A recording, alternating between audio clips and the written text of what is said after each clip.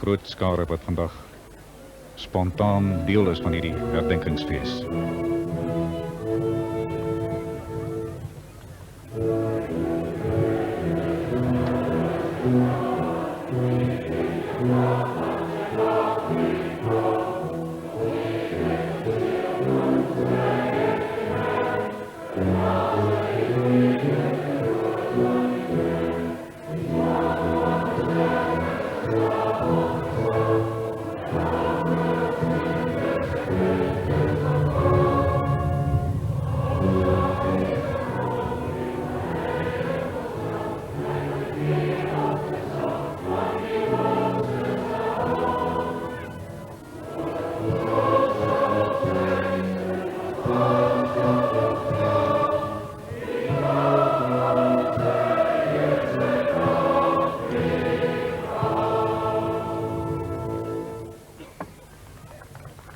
Die vlaglied, bekende vlaglied.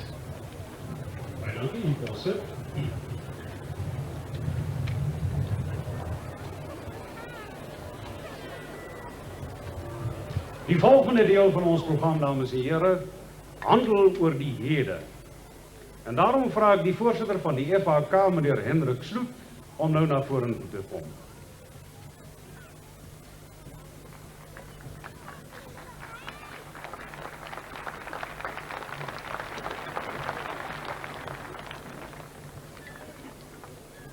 Achte ceremoniemeester, achte meneer de staatspresident en mevrouw Botha, andere eregasten, dames en heren, feestgangers.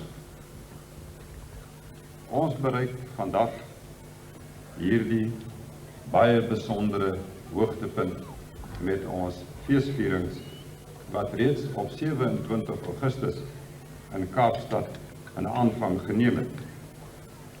In hierdie moderne tyd waarin ons leef, is daarin geslaag om 'n simboliese Ossewa-trek te organiseer en dit suksesvol te laat plaasvind. En hierdie simboliese Ossewa-trek, dames en heren, het oral by die meer as 300 feeste wat op pad gehou is, groot belangstelling gaande gemaak. Dit het die plaaslike feeste karakter gegee. Dit het mense gebring na die byeenkomste toe.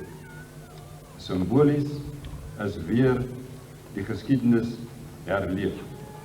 En ek wil my verstout om te sê dat sonder die bydrae van hierdie waans ons nie so 'n suksesvolle feesgeleentheid sou gehad het nie.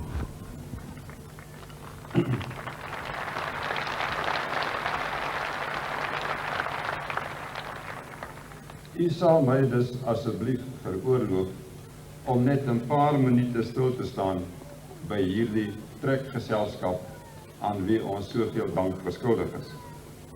Die trekleier, meneer Flip de Plooy en sy gade, mevrou Martie de Plooy, het saam met die waakkommandant vir bykans 4 maande op die pad geleef. Uit reistasse, giere weersomstandighede,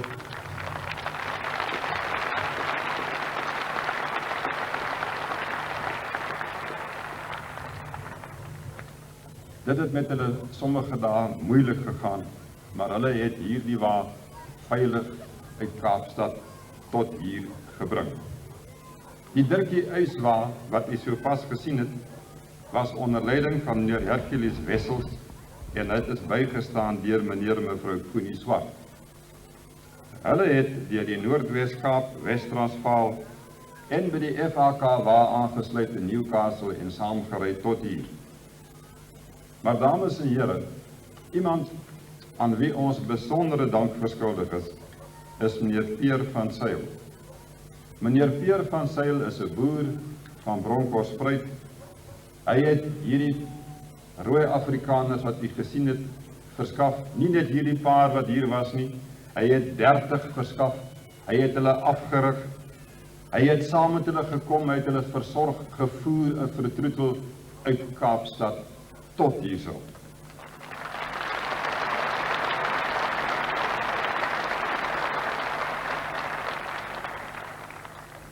Hy het sy boerdery vir 4 maande verwaarloos.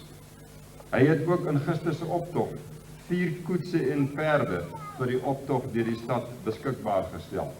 Ware volksdiens, dames en here, sonder enige materiële vergoeding. Ons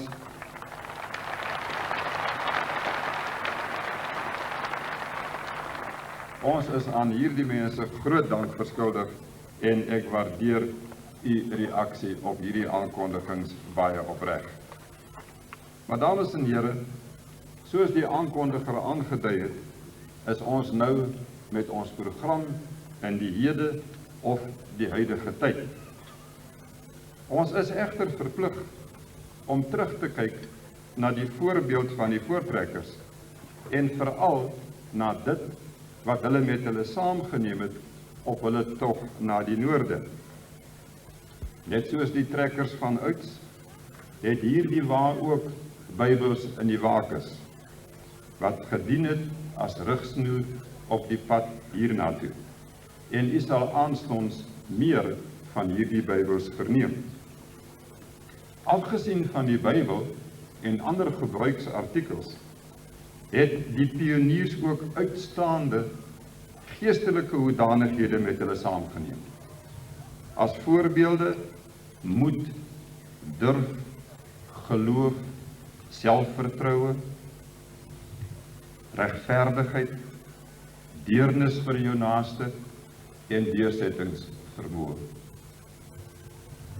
En as rigsnoer vir die toekoms, dames en here, het ons geagte staatspresident, meneer P.W. Botha, 'n credo vir Suid-Afrika opgestel. Hierdie credo is verseël en op 27 Augustus in Kaapstad aan die trekleier oorhandig met die opdrag om dit in die wakes te plaas en na die Voortrekker Monument te bring. Die credo is nou hier en ek versoek vriendelik die trekleier, meneer De Plooy, om dit asseblief na die verhoog te bring en aan die staatspresident te oorhandig. Meneer De Plooy, asseblief.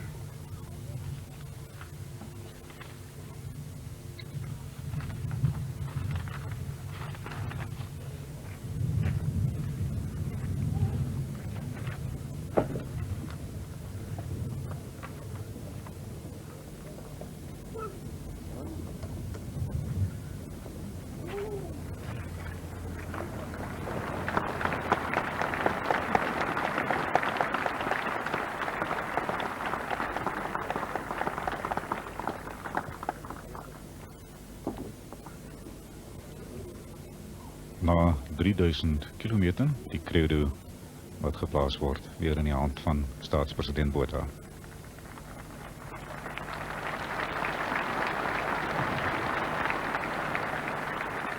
Baie dankie, meneer De Plooy. Dames en here, terwyl meneer De Plooy terugstap, miskien moet net so daarom vir u vertel van een ongelukkie wat op die pad gebeur het. Ek dink dit was op Newcastle, toe 'n baie geesdriftige kameraman die osse uit 'n besondere hoek wou afneem en toe bietjie vinnig op die osse afgestorm het en op sy knie gesak het en op daardie oomblik het die osse pad gegee. En jy weet, as osse wat ingespan is pad gee, dan gee die wa ook pad. En hulle het toe van alle dinge 'n parkeermeter gelyk gemaak met die straat. En dit was baie interessant om te hoor hoe dat die mense simpatie gehad het met die osse en met die wa en met die trekleier, maar bitter min simpatie vir 'n parkeermeter gehad het.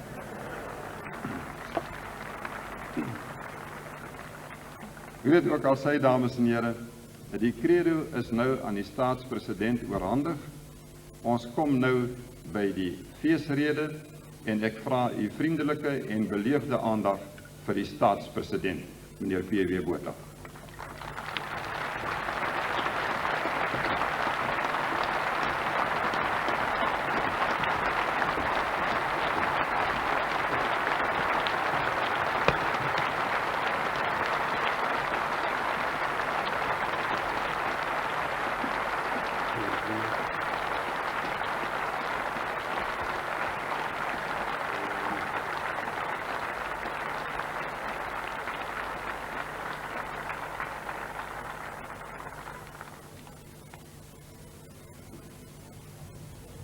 Geachte meneer die voorzitter en mevrou Sloot,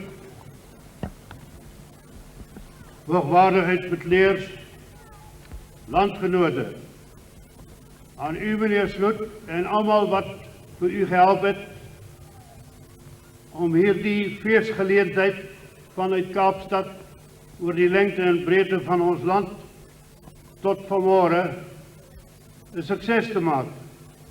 Spreek ons innige dank uit vir uw opoffering, vir uw toewijding en uw voorbeeld. Baie dankie.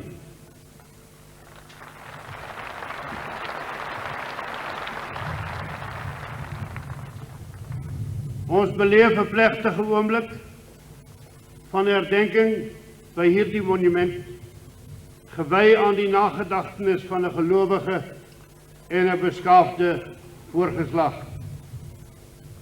16 Desember is diep ingekerf in die geskiedenis van Suid-Afrika. 1,5 eeue gelede was Bloedrivier 'n oorwinningsuur. Die oorwinning van geloof in die almag van God oor die ongeloof en geweld. Maar lank daarvoor en lank daarna was die betekenis van die groot trek ook veel meer as die gebeure van 16 Desember 1838. Dit was die wording en die slyping van 'n nuwe volk van Afrika. Dit was 'n belangrike stap op weg na die vrywording van daardie volk. Dit was die eerste stappe wat die Afrikaanse taal vanaf Tafelberg tot aan die Limpopo sou laat groei. 'n Taal wat vandag deur meer as 10 miljoen Suid-Afrikaners gepraat word. Daarom versinnebeeld hierdie monument selfs veel meer as die groot trek. Dit staan hier as 'n grootse teken van die groot geskiedenis van 'n klein volk. In Spreuke verwys Ager na 4 dinge wat klein is, maar wat buitengewone wysheid het. Een daarvan sê hy, is die dassie, wat klein is en nie veel krag het nie, en tog sy veilige tuiste teen die kraanse maak. Hierdie woord is ook waar vir die klein volk wat ons vandag huldig. Soos die dassies in die natuur, het ons voorgeslagte 'n tuiste en 'n rotsvesting gesoek, waar hulle die storms van die lewe in vryheid en veiligheid kon trotseer. Soos Langehoven dit gestel het, karaktervas, onwankelbaar, soos 'n rots in die hart van die berg.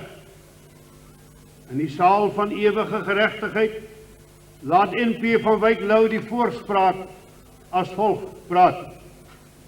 Ek kom om vir 'n volk te pleit, wat klein naas al die volke staan, dat hulle naam nie sal verklink en tot die stiltes gans vergaan, maar dat hulle sterk voor God durf kom. Dit is die gees van die gelofte van 16 Desember 1838. Dit was die gees wat gestraal het uit die manifest wat Piet Retief in Februarie 1837 vir die groot trek opgestel het. So het hy onder meer die trekkersaak gemotiveer. Ek haal aan, ons onderneem om waar ons gaan, die regverdige beginsels van vryheid te handhaaf. Ons verklaar plegtig dat ons die kolonie verlaat met die begeerte om 'n vreedsame lewe te lei. Maar sou ons aangeval word, sal ons dit as ten volle geregverdig beskou om ons lewens en eiendom met alles in ons vermoë teen elke vyand te verdedig. Die strewe na vrede en goeie buurskap het hy so verwoord: dit is ons voorneme in die loop van ons tog en as ons aanland waar ons wil bly, om aan die swart stamme ons voorneme en begeerte bekend te maak dat ons in vrede en vriendskap met hulle wil lewe. Dit was die strewe van die voortrekkers. Maar hulle strewe was nie net op eie krag gebou nie. Dit was ook gebou op die rots van hul geloof. So sê hy, ons verlaat nou ons geboorteland met 'n vaste vertroue op die almagtige, regverdige en genadige Skepper, met die voorneme om hom te vrees en nederig te gehoorsaam. Reeds in 1837 is 'n grondslag van geloof en vrede en van die begeerte na vryheid en geregtigheid bevestig, wat vandag nog opgeteken staan in die aanhef tot die grondwet van die Republiek van Suid-Afrika. Dit is geleë in die erkenning van ander se regte, maar ook in 'n bereidwilligheid om jou eie regte en die handhawing van beskaafde beginsels na te streef en in stand te hou. Maar toe reeds het Retief besef dat daar magte teen hulle opgestel was wat hul elke poging sou probeer dwarsboom.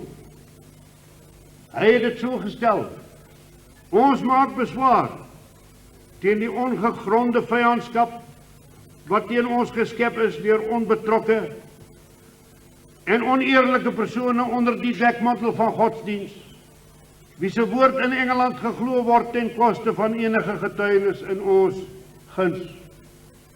Ons kan voorsien dat die gevolge van hierdie vooroordeel kan lei tot die totale ondergang van ons land.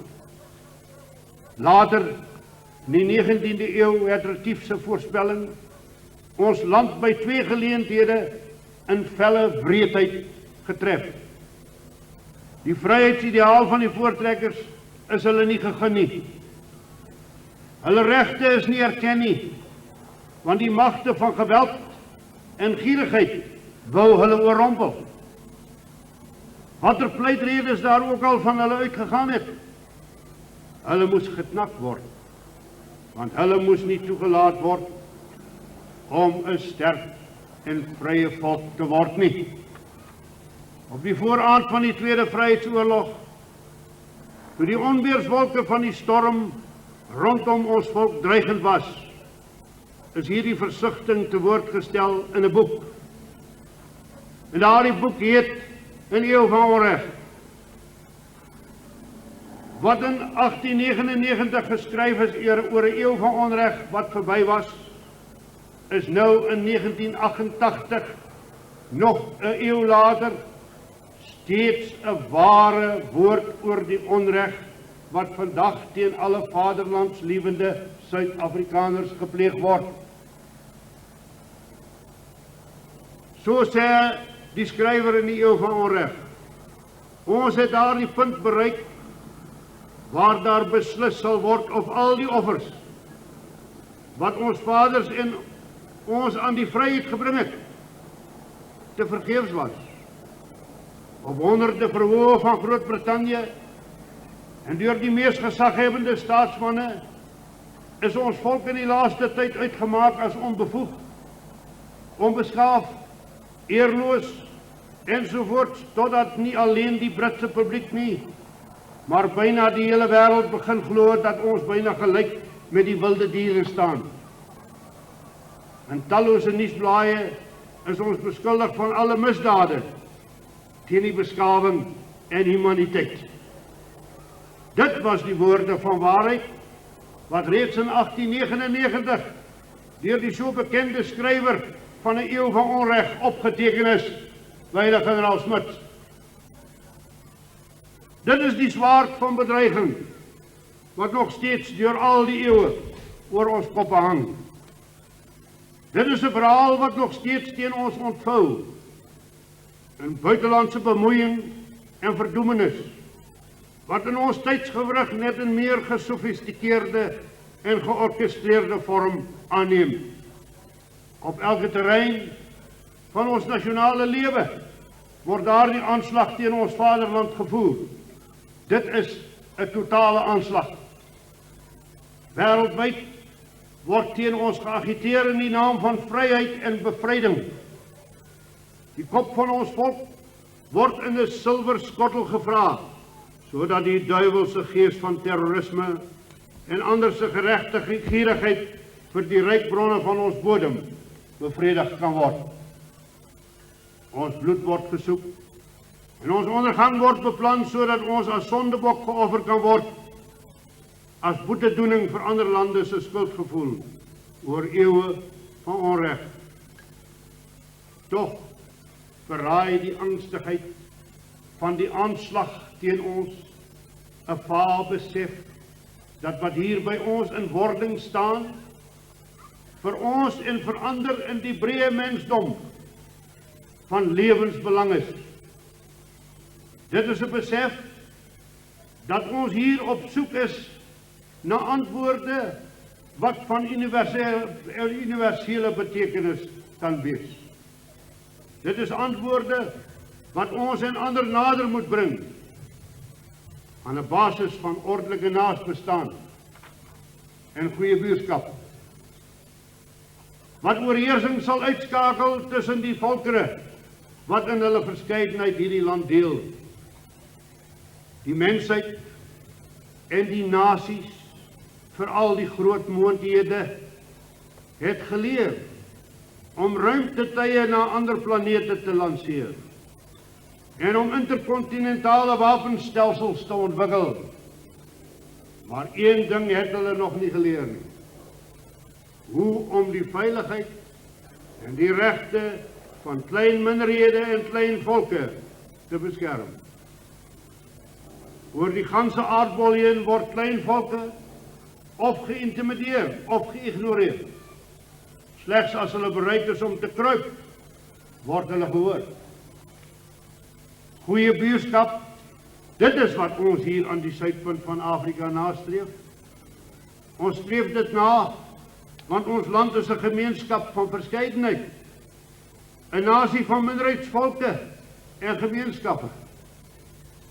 Hierdie verskeidenheid was ook aanwesig in die groot trek. Dit was nie net 'n trek van blanke Afrikaners nie. Daar was 'n groot aantal getroue kleerlinge saam op die groot trek. Saam met Piet Retief en by Bloukraans en Boesmansrivier vermoor. En saam in die Laar by Bloedrivier, saam met 'n aantal Engelssprekendes en sowat 60 Zulus. Op 16 Desember 1838 was wit, bruin en swart in die Laar by Bloedrivier. Ongeag wie dit vandag wil verswyg om 'n eie tydse standpunt te probeer regverdig.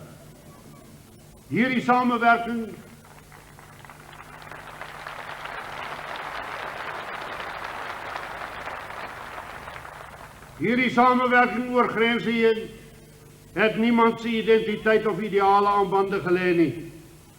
Dit is die basis waarop ons ook vandag na samewerking moet streef. In ons denke hieroor moet ons ag slaan op byle Dr. Malang se vermaning in 1913 na 'n lang reis wat hy as kerkleier deur Afrika onderneem het.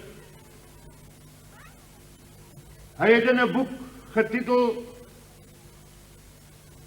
Naar Congoland die volgende gesê: die naturele kwessie is verreweg die grootste en moeilikste waarmee Suid-Afrika te doen het.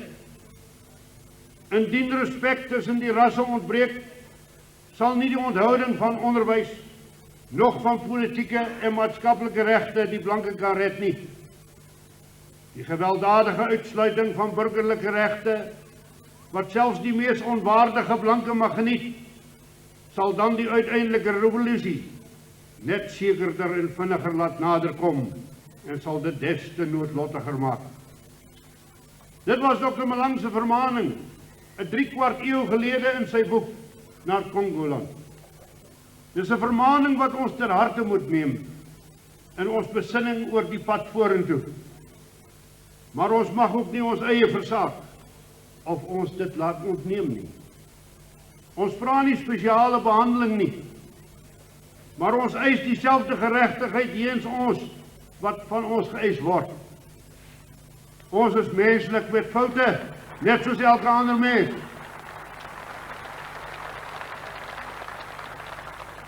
Ook die voortrekkers was nie volmaak nie, en ek het ook nie voorgegee om dit te wees nie. Hulle het dwars deur die geskiedenis van die groot trek en een groot swakheid openbaar. Hulle individualisme het soms die vorm van koppigheid openbaar, wat tot verdeeldheid en swakheid gelei het. Omdat hulle bewus was van hulle menslike onvermoë, het Andries Pretorius en Sarel Silje voor God gebuig en gebid. Daarom moet ook ons buig en bid. Ons mag nie hulle genagtenis oneer aandoen nie. Hulle was gebalanseerde mense met geloof en realistiese idealisme. Al die mooie in die mens, wat hom tot hoogtepunte voel, was verteenwoordig in die gees van die voortrekker. Ons moet strewe na nasionale eenheid, en eenheid in ons verskillende gemeenskappe. Elkeen van ons gemeenskappe moet met toewyding bou aan 'n groter nasionale eenheid, wat die wese van ons nasionale wil tot oorlewing moet vorm. Sonder 'n doelgerigte nasionale wil sal ons verkrummel voor die felle aanslag van ons listige en goed georganiseerde vyande. Sonder 'n nasionale wil sal ons in duie stort soos 'n uitgediende krematatboom. Dan kan ons roeping in Afrika nie vervul nie. Nasionale eenheid is 'n eenheid wat gebou moet wees op gesonde groepsverhoudinge, op die beginsel van goeie buurskap tussen alle bevolkingsgemeenskappe, vaderlandsliefde en goeie orde. Die Bybel sê, sprinkane het nie 'n koning nie, en tog trek die hele swerm in formasie. Is daar nie in hierdie sinsnede vir ons 'n diepe waarheid te vind nie? Daar behoort geen konflik of teenstrydigheid te wees tussen ons lidmaatskap van ons eie volksgemeenskap en die feit dat ons almal Suid-Afrikaners is. Die volheid van ons Suid-Afrikanerskap kan tot 'n ryker ontplooiing kom deur ons trots en waardering van ons eie en van mekaar. Die Afrikaner word soms uitgemaak as 'n probleem vir beter verhoudinge in ons land. Die selfrespekterende Afrikaner is nie 'n probleem vir goeie bevolkingsverhoudinge nie. Want selfrespek is 'n voorvereiste van respek vir ander.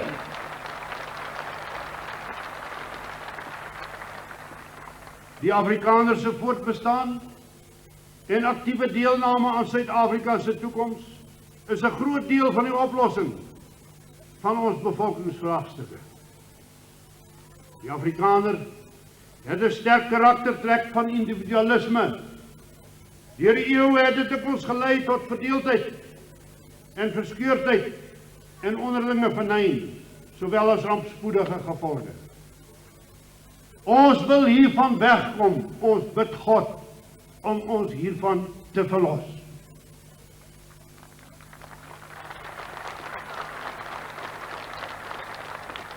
Ons soek nie in dooie eenvormigheid of kunsmatige eenheid in Afrikaner geleedere nie, maar ons vra vir eendrag ter wille van 'n groter belang teen ons vyande wat ons ondergang soek. As ons nie kan saam staan en saamwerk nie, sal ons vyande ons breek as ons dit nie self vir hulle doen nie. Op 16 Desember 1949, by die inwyding van hierdie monument, het wyle Dr. Malan Die monument beskryf as meer as net 'n sierlike bouwerk van kunstig verwerkte klip en graniet. Hy het gesê dit is ook die draer van 'n boodskap met vir die nageslagte hierdie vraag. En hy het hierdie vraag in sy luider stem oor hierdie klowe en koppies by die Voortrekker Monument laat weer galm. Volk van Suid-Afrika, of u wat met trots op u bors slaan en u self Afrikaner noem, waar gaan jy heen?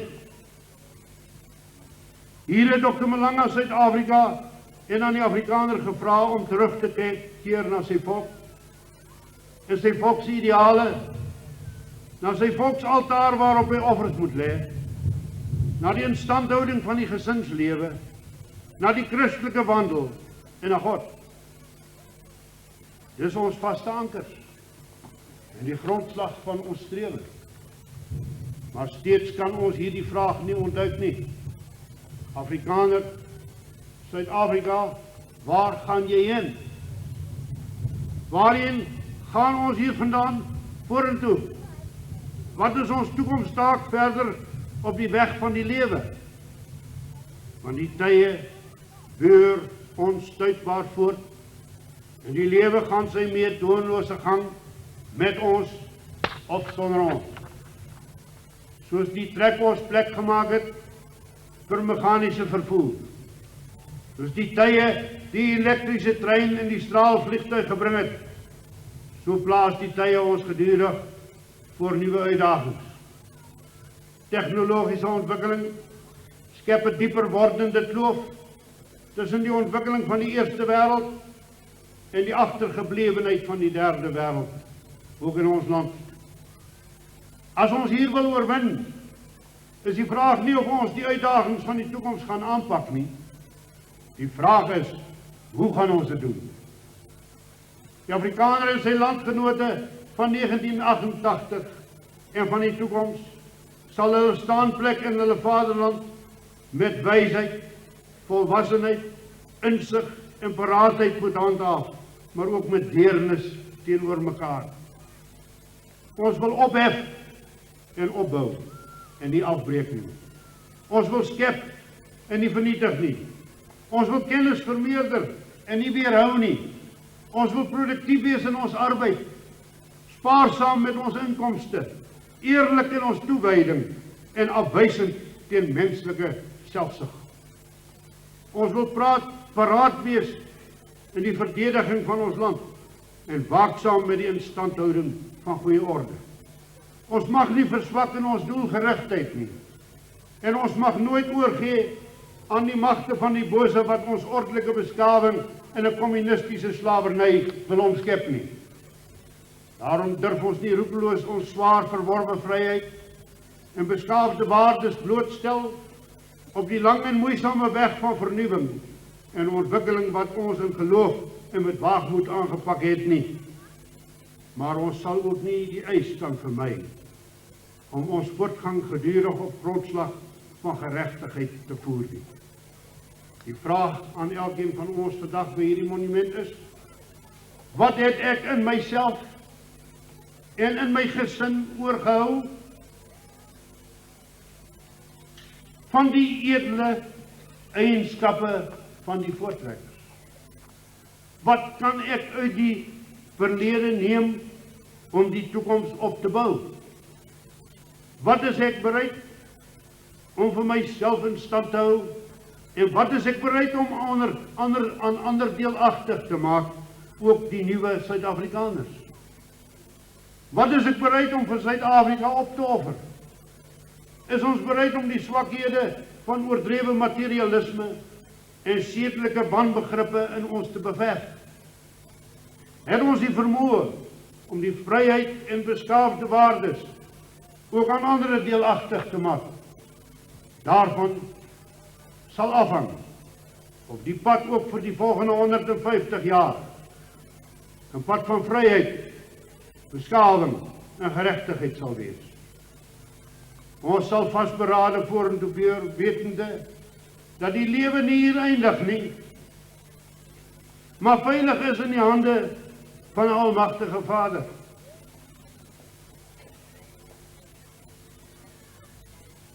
Ek glo ons het die waagmoed en die geloof om die eise van die toekoms met optimisme tegemoet te gaan, om te werk en te bou aan 'n Suid-Afrika van vryheid en goeie hoop. Dit is my bede dat elkeen van u, elke inwoner van ons land en ons geliefde Suid-Afrika in genade 'n toekoms van vrede en voorspoed sal ontvang.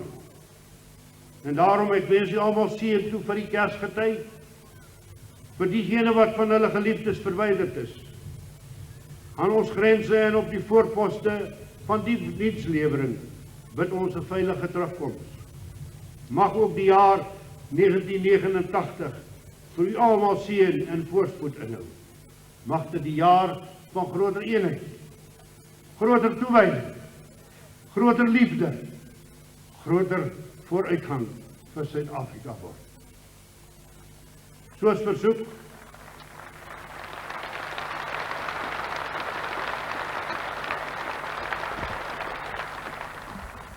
versoek, sluit ek nou af met die credo van die groot trek herdenking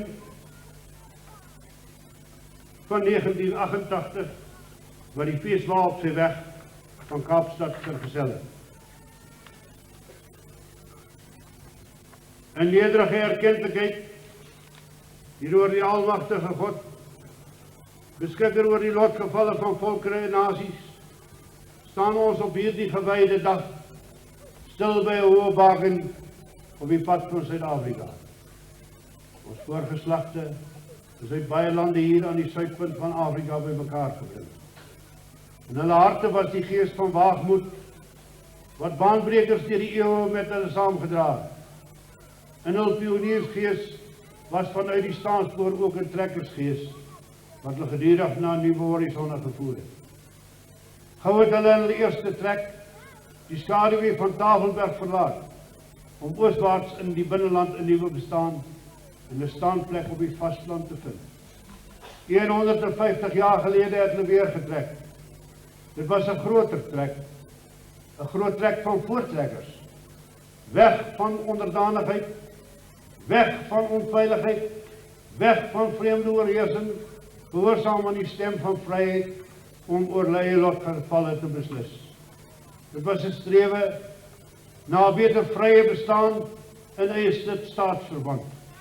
Dit was ook 'n strewe om die beginsel van godsdienstvryheid in werklikheid te maak. Toe hulle besluit het om die dwinglandy te verlaat op soek na vryheid, het hulle nie teruggekeer na Europa waarvan dan hulle voorgeslagte in Afrika gekom het. Hulle was reeds van Afrika. En hulle groot trek na vryheid was dieper die vasteland in, om dit waar hulle geglo het in Afrika te vestig. Riga, Van Rensburg, Potgieter, Marits, Retief, Uys, Landman en Pretorius. Hulle was leiers op die weg. Vegkop, Moordkoppie, Noukraans, Bloedrivier. Dit was staanplekke langs die pad waar ons land met bloed gekoop is. Later het die grootste vryheidsstryd van alle tye in Afrika vir 3 jaar op die slagveld gewoed. Alhoewel die oorlog verloor is, het die vryheidsdrang nie gesterf nie en het die Vrye Republiek van Suid-Afrika tot stand gekom. Die nageslagte van hierdie trekkers het die Christelike godsdienst diep in Afrika ingedra. En vandag nog word die vrug van hulle arbeid in vele lande gevind. Vandag, 150 jaar na die groot trek, is ons meer as ooit van tevore mense van Afrika. Ons staanplek hier is oor geslagte heen gebou en bewaar. En ons selfstandigheid en onafhanklikheid is sterk gevestig onder die nasies van Afrika. Hierdie monument is 'n simbool van vryheid en Christelike geregtigheid. Ander volkere wat die land met ons deel, het die vrug van daardie strewe saam met ons deelagtig geword. En nou staan ons hier, bewus van ons verantwoordelikheid voor God en die mensdom, bewus van die verskeidenheid van volkeregemeenskappe wat hierdie land deel, en bewus van die strewes van elkeen, en verklaar ons plegtig om saam te staan, om die nasionale doelwitte en die aanhef tot die grondwet na te streef, om steeds voorsiening te maak vir 'n stelsel om die land te bestuur op 'n wyse wat die beste sal pas by die geskiedenis, tradisies en omstandighede van ons land, om ons pligte te aanvaar, om saam met alle vredelievende volkere en nasies vrede en voorspoed in ons streek te bevorder. In geloof en nederige ootmoed voor God dra ons die Republiek van Suid-Afrika en sy nageslagte op om te koester, te ontwikkel, te beveilig as 'n tuiste vir al ons bevolkingsgemeenskappe wat hierdie mooi land hul vaderland noem. Op jou roepstem sê ons altyd ja Suid-Afrika.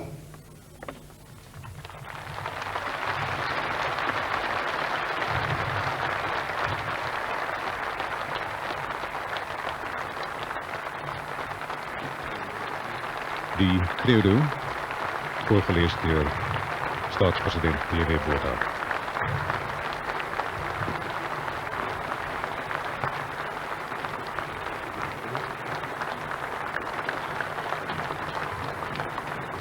President Botha sal nou die laaste vers in die handgeskrewe Bybel opteken. Dames en heren, 'n Bybelboeke. handvoorgeskrewe Bybel het saam met die waan na die noorde toe gekom. Langs die pad het duisende mense elkeen 'n versie in die Bybel geskryf. En nou is daar nog 2 ook. Hierdie Bybelboeke is Genesis, Spreuke, Psalms en Openbaring wat tydens die trek opgeskryf is, en die ander is aan skole en kerke gegee om te voltooi. En president Botha sal dan die laaste vers van Openbaring skryf, naamlik Openbaring 22 vers 21, die genade van ons Here Jesus Christus, sy met julle almal. Die eerste vers is op 27 Augustus in Kaapstad deur die administrateur van Kaapland, meneer Jean Louw, ingeskryf. Genesis 1 vers 1.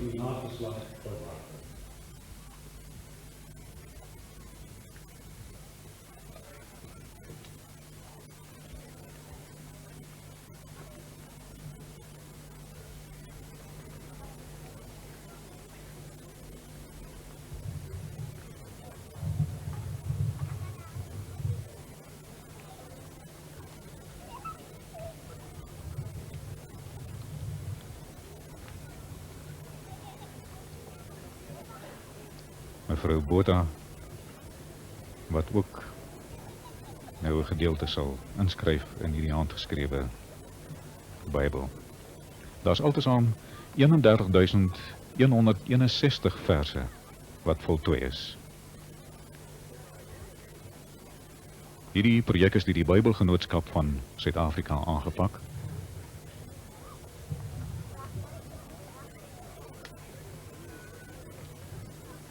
'n grootse projek wat met groot ywer deur al die betrokkenes volvoer is.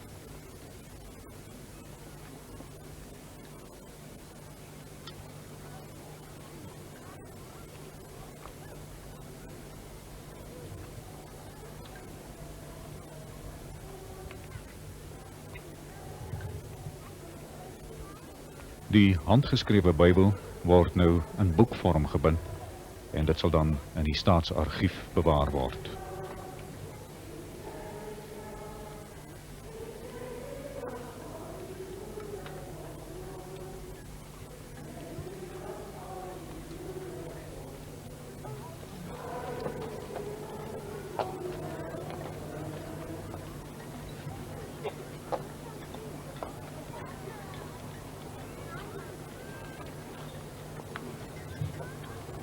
Die koor van die laerskool Voorslag sal binnekort ook optree. Hulle sal sing Die Hemel Roem. En daarmee sal die tweede deel van ons program dan afgesluit wees, naamlik die hede, die derde deel, die toekoms wat dan volg.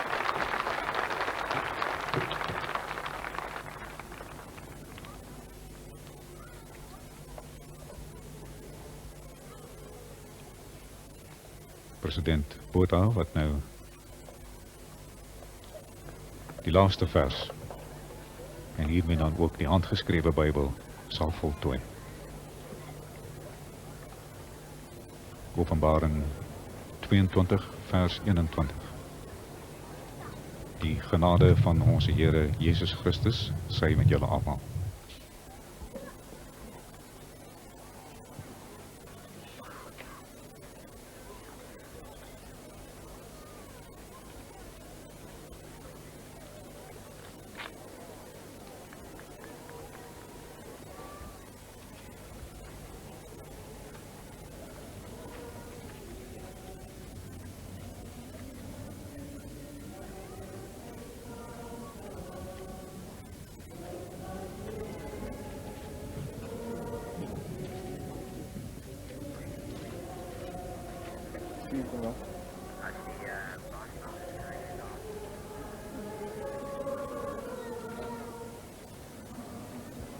Hiermee dan ook 'n besondere faset van die herdenkingsfees wat afgehandel is.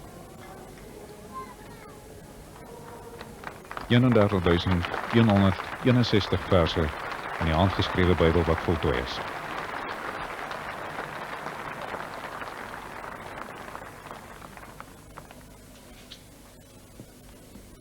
Die laerskool Voorslag se koor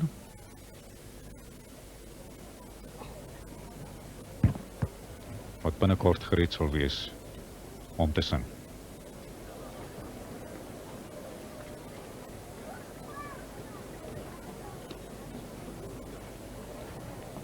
Het is 'n pragtige dag hier in die amfitheater by die Voortrekker Monument in Pretoria.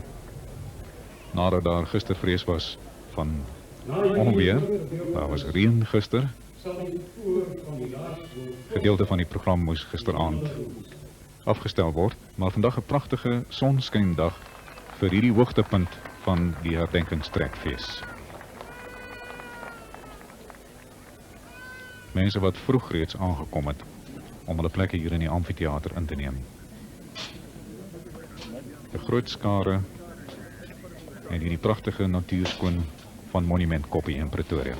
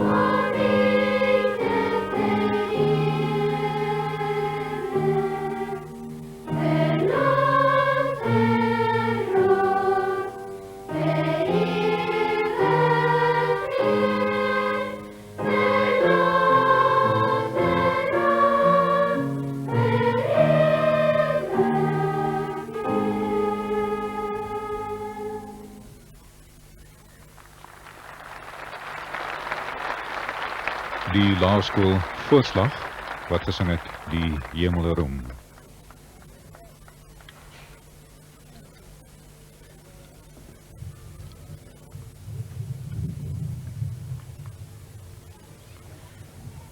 Hiermee dan die einde van die tweede deel van die program, namelijk die hede, en die derde deel, die toekoms wat volg. En dit is 'n erediens wat hier sal plaasvind. Heel gepas, vriende, dat die derde fase van ons program wat rig op die toekoms, dan nou juis met 'n groep jong mense, 'n groep kinders begin is, as teken van die toekoms van Suid-Afrika. Met die simboliese Ossewaartrek 88 was die Bybel altyd die sentrale punt.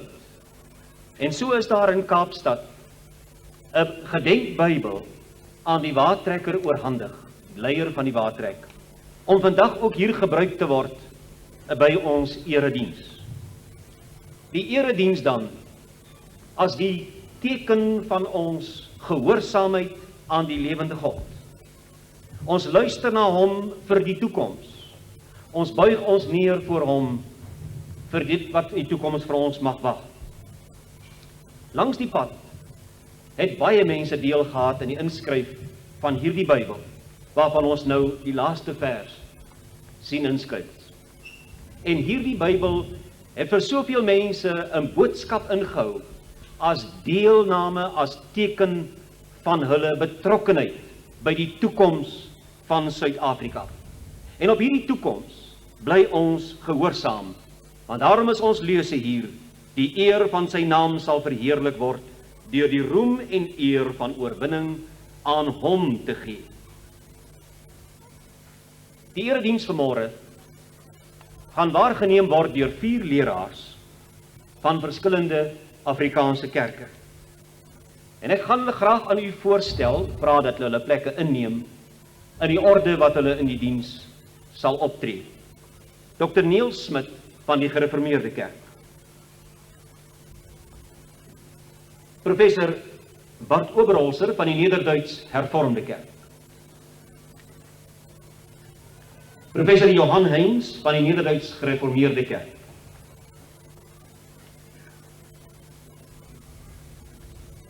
En Dr. Isaac Burger van die Apostoliese Geloofssending.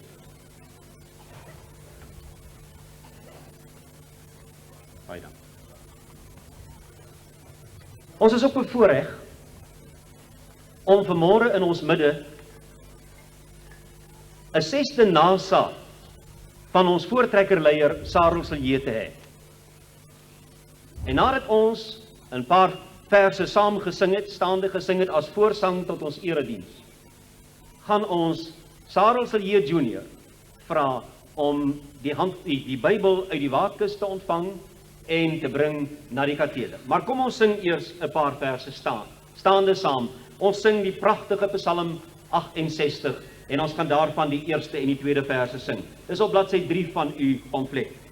Die Heer sal opstaan tot die stryd, hy sal sy haters ver en wyd laat wegvlug voor sy oë.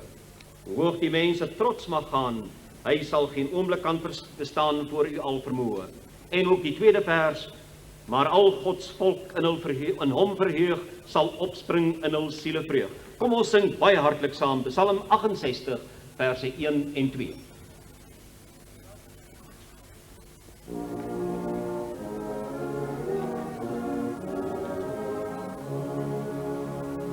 Die Voortrekkermonument wat met vandag se groot trekherdenkingsfees nuwe betekenis vir die toekoms kry. Daar op die agtergrond ontwerp deur argitek Gerard Moerdijk. Moerdijk het vir die ontwerp van die monument Genesis 12 gebruik, veral vers 1 en vers 7. Vers 1: En die Here het aan Abraham gesê, gaan jy uit jou land en uit jou familie en uit jou vader se huis na die land wat ek jou sal wys.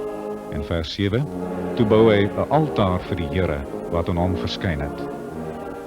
Moerdijk was by uitstek ontwerper van kerke, gevolglik die religieuse oogpunt, die ewigheidsgedagte wat 'n sentrale plek moes inneem in die ontwerp van die Voortrekkermonument.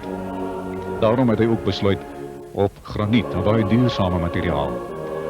Die vorm van die monument sluit dan ook aan by die altaargedagtes in Genesis 12 vers 7, wat 'n plek van aanbidding sou versinnebeeld.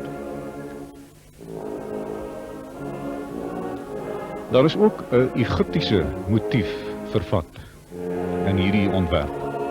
Vermoedelijk was die Egiptiese piramide 'n voorbeeld van 'n mensgemaakte struktuur wat eeue oorleef het en terselfdertyd tipies van Afrika was. Die streng simmetriese ontwerp van die monument wat sekuriteit en stabiliteit versinnebeeld is ook aan die formele Egiptiese benadering tot die boukuns ontleen. Maar het Moerdijk besluit daar moes ook 'n Afrika motief wees. 'n Afrika gedagte moes ook die Europese by Afrika betrek. En die Afrika gedagte in die monument moes verbeeld word om grootsheid en die uitgestrektheid van Afrika vas te lê. Van die Afrika elemente hierin is die buffelkop simbool van beskerming bokant die hoofaangang. Daar is die blou wildebees, symbool van Dingaanse impi wat Retief vermoor het. En die assegaaie op die toegangshekke tot die monument. Daar is ook 'n Zimbabwe ruïne motief in die monument. Die tydlosheid van Afrika word vir Gerard Moerdijk deur die Zimbabwe ruïnes versinnebeeld. Die sigzagpatrone bo aan die monument wat jy hier sien, is geïnspireer deur die patrone op die Zimbabwe ruïnes. Nou hierdie patrone simbolies van water en vrugbaarheid. Europese motief hierin Ons versoek nou meneer gebruik hy Sarel ook Villiers die Junior, Europese gedagte beste naslag. wat oorgedra word na Afrika. Voortrekker Sarel Villiers. Die voortrekkermotief vind natuurlik ook 'n plek. Aan die trekkerleier Gerard Moerdijk het veral belang gestel in Afrikaans en die Afrikaner tradisie. hierin te bring. Hy het 'n treklaar van 64 waans simbolies rondom hierdie monument geplaas, soos in Bloedrivier. En die slag van Bloedrivier wat dan ook hier gesimboliseer word. Die altaar van Afrikanerdom wat beskerm word. Die voortrekker vrou 'n belangrike plek toegeken. By die ingang staan die beeld van Anton van Wouw, van 'n voortrekkermoeder met haar 2 kinders. Sy dien as simbool van heldemoed, opoffering en ontbering wat die voortrekker vrou moes deurmaak om die beskawing na die donker binneland te bring.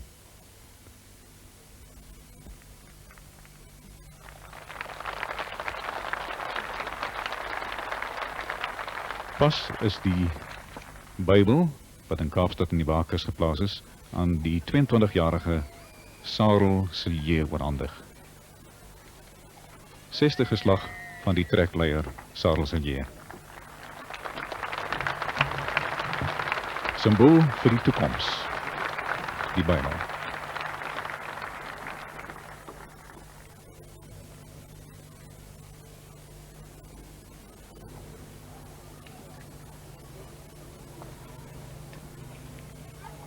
Alles is nou gereed vir die erediens. Dominee Smit as dit.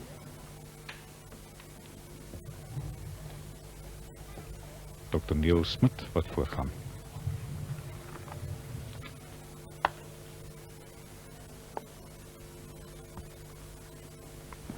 Ons hulp kom van die Here wat hemel en aarde geskape het. Kom voor die Here met gejubel. Erken dat die Here God is. Hy het ons gemaak en ons is syne. Dank hom, prys sy naam, want die Here is goed. Aan sy liefde is daar geen einde nie. Sy trou duur van geslag tot geslag. Amen. Kom ons sing met blydskap om God te verheerlik, die dank en die prys van ons harte, al 4 die verse van Psalm 100 op bladsy 3 van u program. Juig al wat leef, juig voor die Heer. Daarna bid ons saam. Psalm 100, al 4 die verse.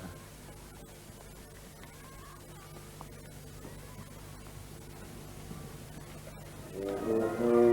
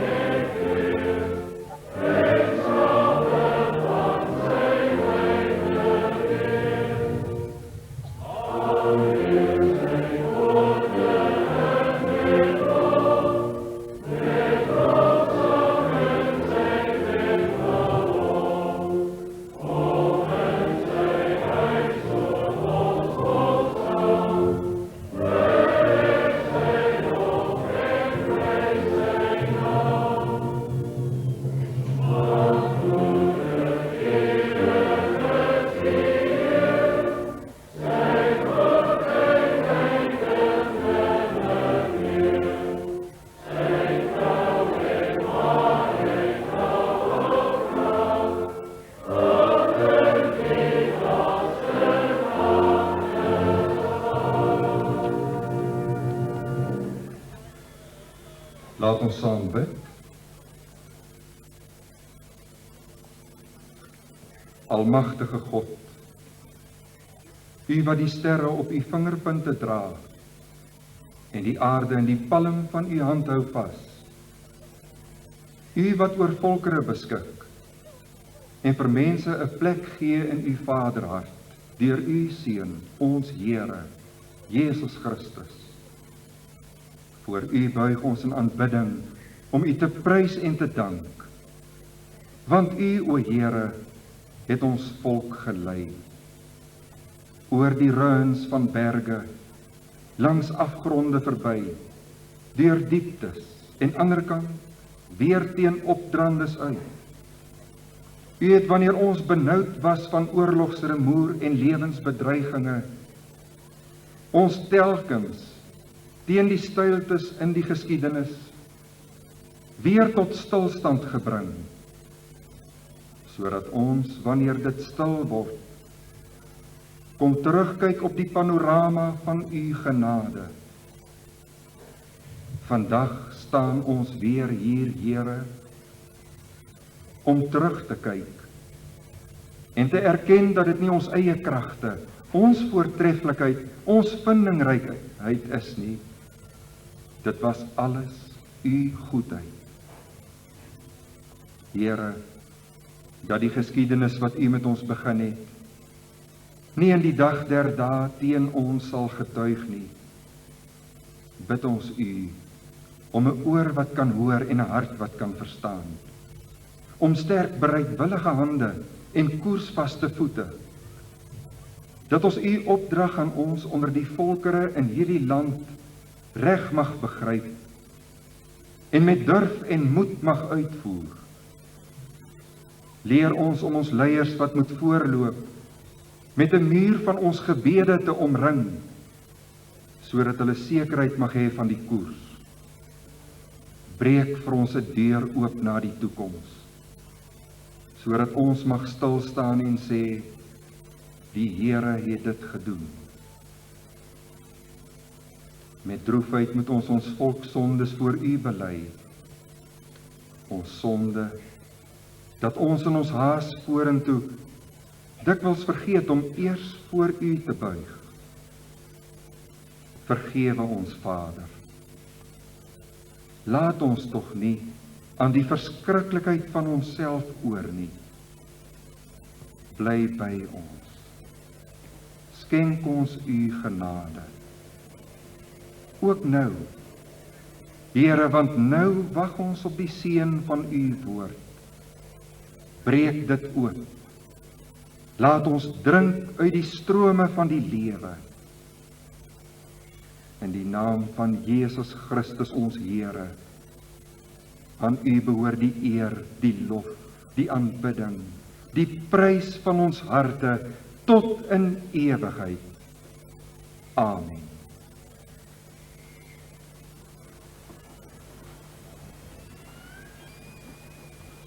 Ter inleiding van die skriflesing en die verkondiging daarvan, sing ons nou gesang 10 vers 1, 2 en 3. U vind dit ook op bladsy 3 van U program. Gesang 10 vers 1, 2 en 3. Grote God, aan U die eer. Gesang 10, al 3 die verse. Majesty.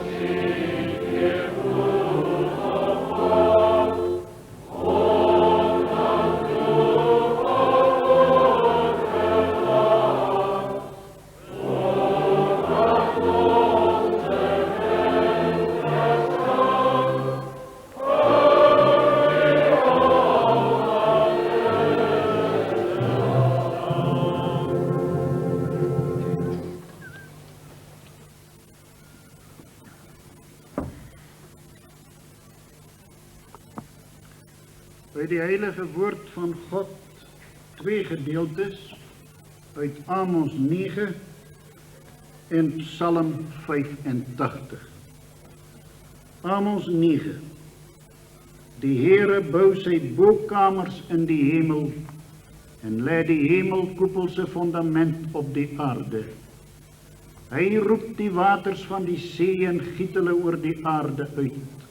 Sy naam is Heere. Julle Israeliete is vir my nie anders as die Kusiete nie, sê die Heere.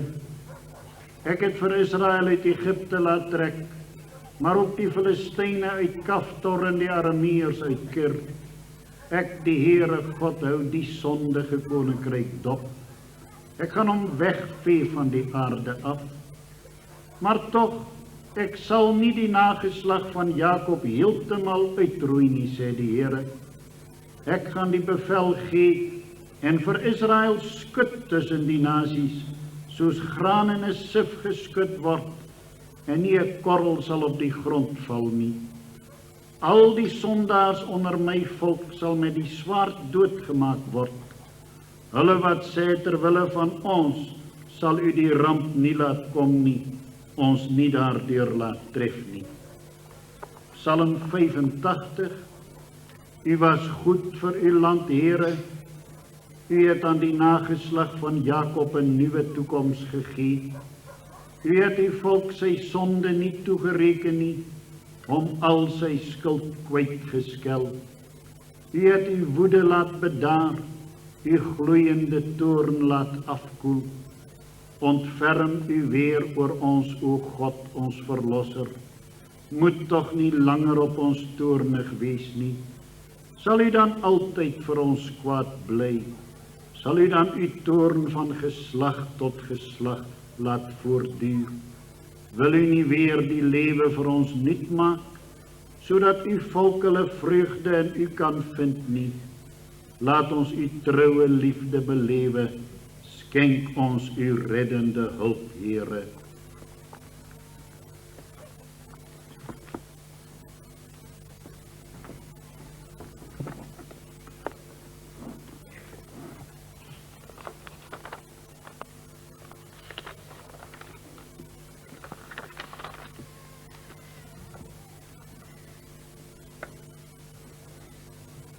Broeders en susters, vriende, ons het sopas geluister na die aangrypende verhaal in Amos 9 van 'n volk wat homself verhef het op grond van sy geskiedenis en homself teenoor God verset het. En dit omdat die volk geïmponeer was deur die geskiedenis van God, maar nie gebind was aan die God van die geskiedenis nie. En dan vind die aangrypende openbaring van God plaas, waarin hy, nadat die volk homself verhef het, die volk weer gelykskakel met die geskiedenis en op grond van die geskiedenis.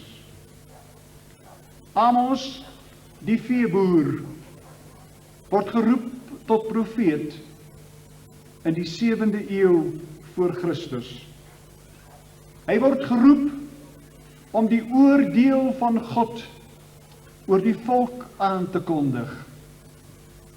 'n volk wat in materiële voorspoed lewe, maar tegelijkertijd in 'n goddelose, immorele lewe vasgevang is. En die oordeel van God, by monde van Amos, die profeet, sal daarin bestaan, dat 'n skietlood aangelê sal word, ten einde dit, wat skeef en krom is, in die volkslewe, voor die aangesig van God te openbaar. En dan is dit asof daar 'n twisgesprek losbars tussen die volk en God.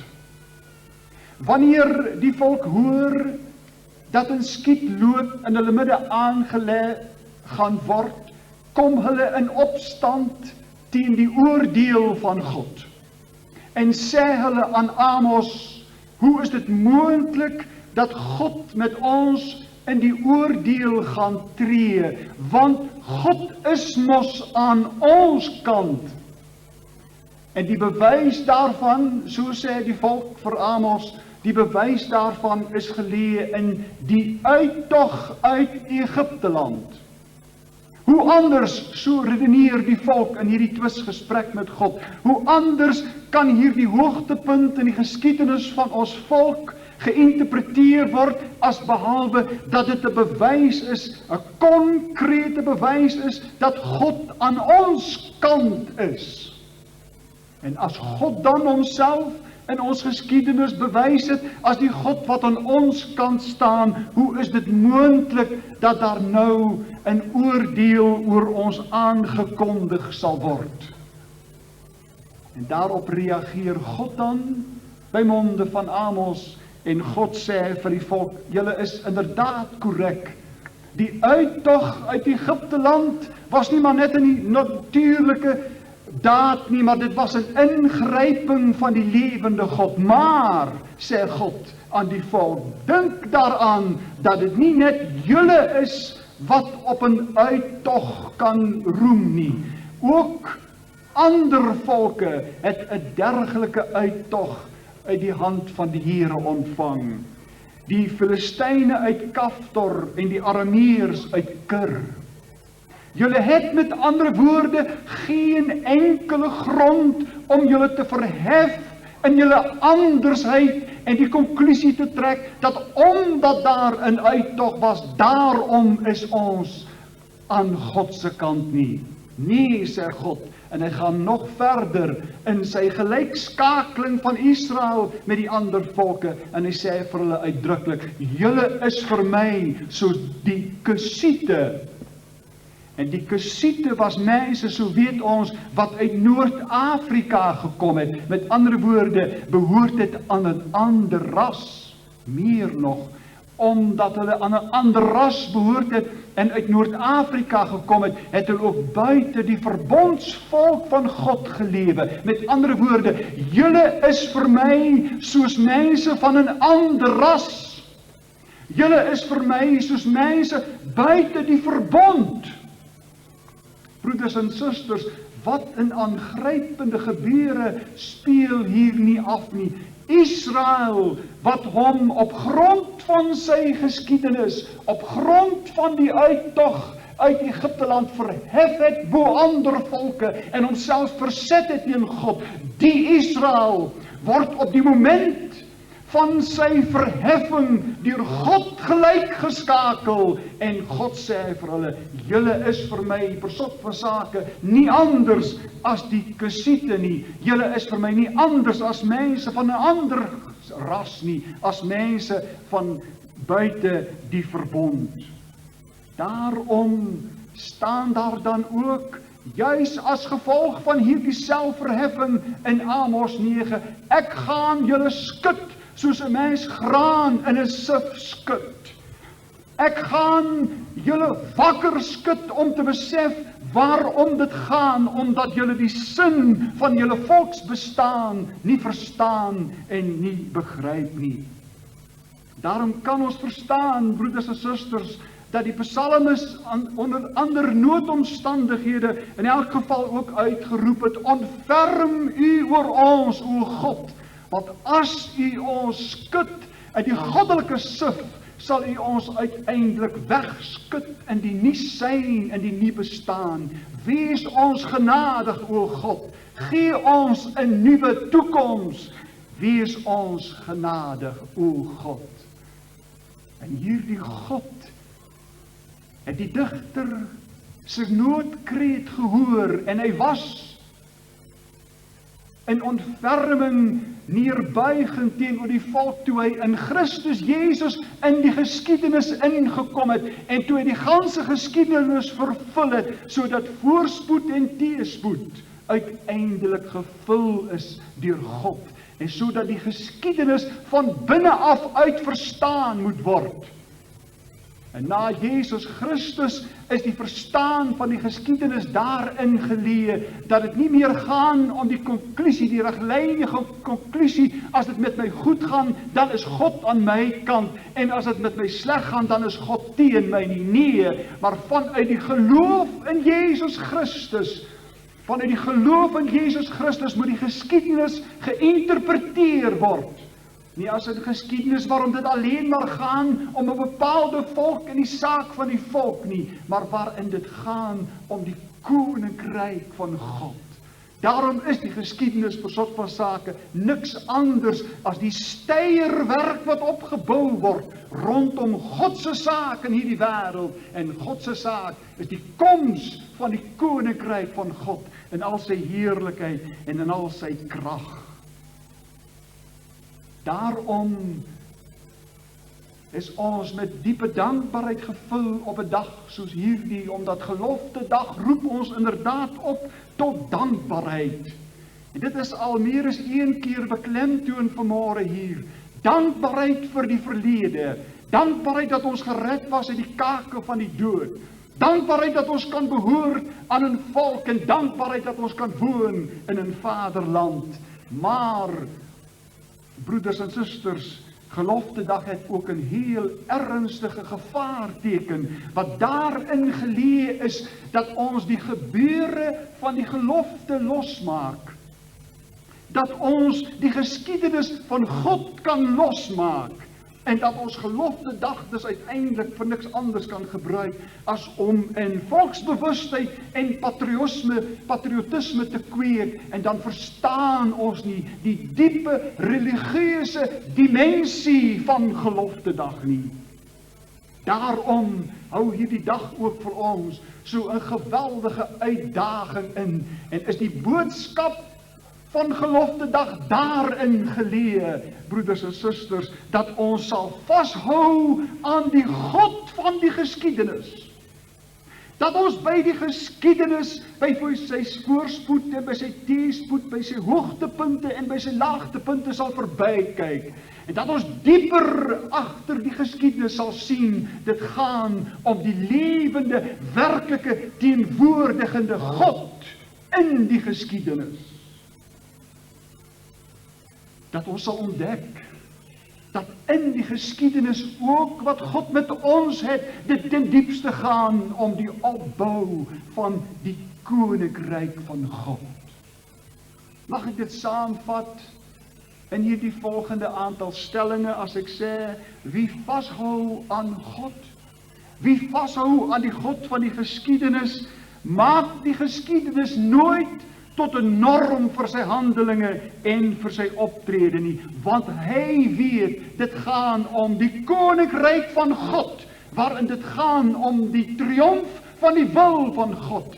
En die triomf van die wil van God roep u en my op tot gehoorsaamheid aan die waardes, aan die norme van die koninkryk. En waarom gaan dit in die koninkryk van God? Dit gaan om reg, en dit gaan om geregtigheid, en dit gaan om liefde, en dit gaan om menswaardigheid. Dit gaan om die ontdekking dat God ook met ander mense in sy koninkryk besig is op pad na die toekoms. Dit gaan, wanneer ons die koninkryk van God ontdek het, gaan dit daarom dat ons ook ander mense sal ontdek, wat mense is geskep na die beeld en na die gelykenis van God. Wie vashou aan God, gebruik nooit ooit sy geskiedenis om homself te verhef bo ander of om hom teenoor God te verset nie. Want God is ook met ander mense besig in die geskiedenis. Wie vashou aan God, weet dat God ons sal vashou, ook wanneer dit met ons moeilik gaan, in voorspoed en in teenspoed. Wie vashou aan God, vind sy identiteit in die verbondenheid met God, hoe die geskiedenis ook al mag verander. Wie sy verbondenheid aan God verloor ook sy identiteit, al hou hy vas aan sy geskiedenis, en al herhaal hy die geskiedenis, Wie sy verbondenheid aan God verloor sy identiteit. En ten slotte, wie vashou aan God, rig hom met vertroue op die toekoms. Wie vashou aan God, skep saam met ander mense die toekoms wat God as 'n geskenk aan ons wil gee, maar ons tegelijkertijd ook opdrag gee om daaraan te werk. En wie so werk, saam met ander mense, saam werk aan die geskenk van die toekoms, hy sal veilig by sy tuiste aankom, die tuiste wat God vir ons van ewigheid af weggeleid. Daarom, broeders en susters en vriende, is dit die boodskap en die oproep van Geloftedag. Hou vas aan die God van die geskiedenis. En eers dan kan ons die sin van die geskiedenis verstaan. Amen.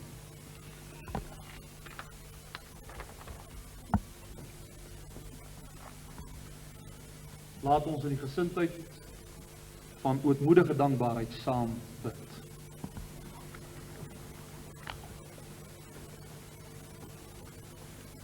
Hemelse Vader, deur Jesus Christus, u Seun, kom ons na u met groot dankbaarheid. Ons is dankbaar dat u so duidelik deur u woord met ons gepraat het. Dankie vir hierdie mooi dag en vir die gunstige omstandighede. Dankie vir alles wat mooi is, ons vandag kon herdenk en beleef. Maar ons kyk ook in hierdie oomblik vorentoe. En as ons as volk vorentoe kyk, Here, dan kan ons nie kyk sonder u nie. Ons wil nie kyk sonder u nie. Ons wil vandag bely dat die God, wat in genade saam met ons voorvaders gekom het, in krakende klein ossewaantjies oor berge en deur riviere, dat ons van die God afhanklik is om ons ook verder te neem. Ons bid vanmôre dat ons as volk en ons leiers in die besonder u wil vir ons as volk mag verstaan. Dan het ons vrymoedigheid om te bid, om u die seën af te vra. Leer ons ook om ons vyand te onderskei, dat ons weet wie werklik ons vyand is. Dan kan ons u vra om aan ons kant te wees. Ons wil vanmôre roem in God vir die hede en ook vir die toekoms. Ander roem op strydwaans en ander op perde, maar ons sal roem in die naam van die Here, onse God. So wy ons aan u. Amen. Ons gaan saam sing ten slotte Psalm 89 op bladsy 3. Psalm 89 slegs die 6de vers. Hoe salig is die volk wat luister na u woord, hul wandel in die lig wat van u afstraal voort. Net vers 6 van Psalm 89.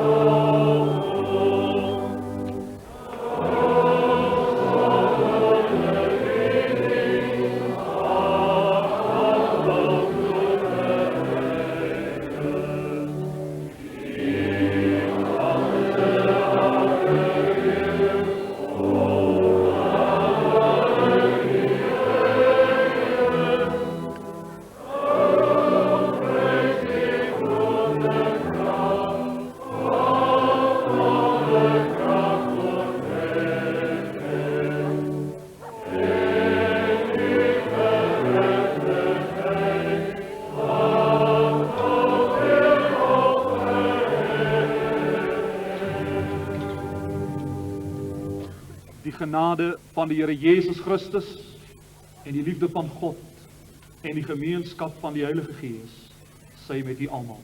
Amen.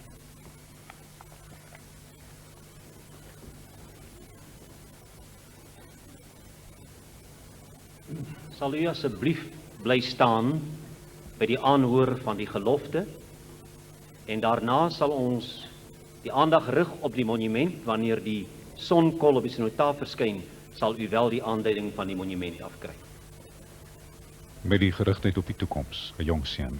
Hier staan ons vandag voor die heilige God van hemel en aarde om 'n gelofte aan hom te doen, dat as hy ons sal beskerm en ons vyand in ons hand sal gee, ons die dag en datum elke jaar as dankdag soos 'n Sabbat sal deurbring, en dat ons 'n huis tot sy eer sal oprig waar dit hom behaag, en dat ons ook aan ons kinders sal sê dat hulle daarin moet deel tot nagedagtes ook vir die opkomende geslagte, want die eer van sy naam sal verheerlik word deur die roem en eer van oorwinning aan hom te gee.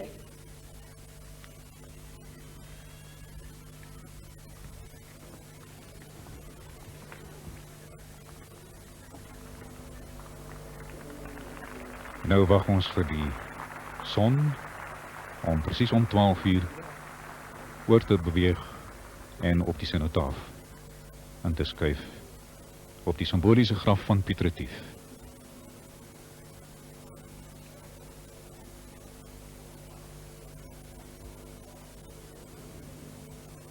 Talle mense wat hierdie besondere gebeurtenis by die praalgraf gadeslaan. Die sonkol wat nou oor die simboliese graf beweeg. Dit kom hier uit die koepel, die sonstraal. Dit is ook die kameraspoot wat jy nou hier voor u sien.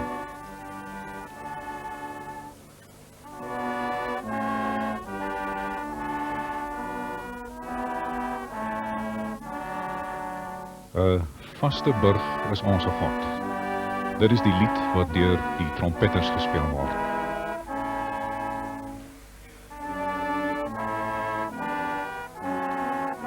Intussen het die baniere, 8 baniere, lang baniere op die hoeke van die monument ontplooi geraak.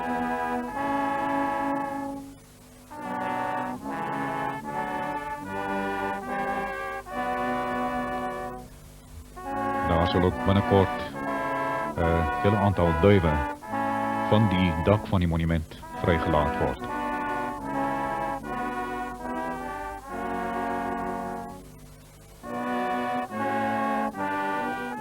Pragtige gesig, die oranje, lanje, blou baniere aan die monumentgebou.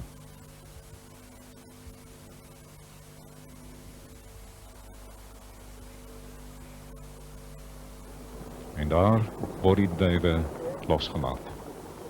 Symbool van vryheid.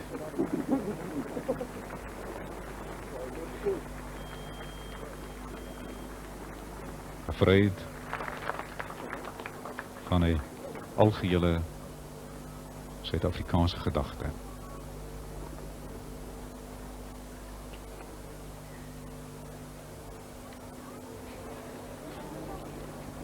En hier binne die monument, die son wat oorbeweeg het op die graf van Piet Retief, op die woorde: ons vir jou Suid-Afrika.